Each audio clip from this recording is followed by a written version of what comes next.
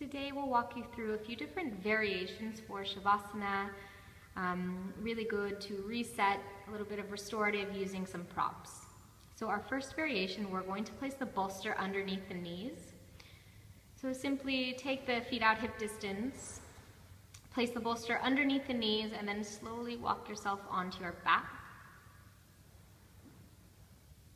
You can have your arms by your side, and just allow those hips to be really heavy and the feet to be heavy, so that bolster underneath will just help the low back sort of reset and let go.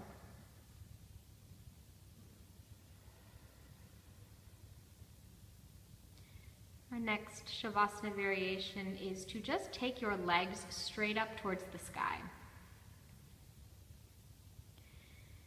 And so this is a variation on Viparita Karani, legs up the wall. We just have our legs up straight, so it should feel like a resting pose, like those thighs are just plugging down into the hip sockets, maybe a soft bend into the knees.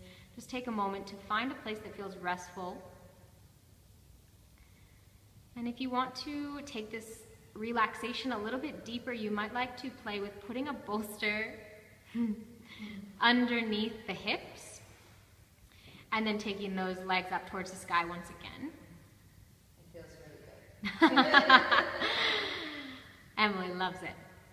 And then we'll just bring the soles of the feet down onto the mat to get out of this pose. We'll lift the hips, move that bolster off to the side, and then come up to seated for our last variation.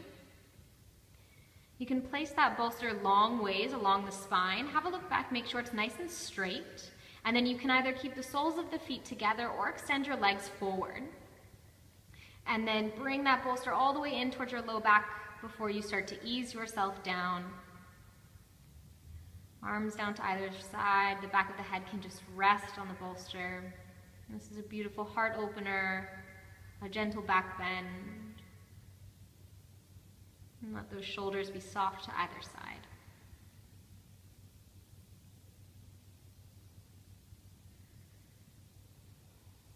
If it ever starts to feel like work or a little bit too much stretching through the chest, you can always just remove that bolster and come to lie flat in a traditional Savasana pose. Otherwise, staying here is a nice place.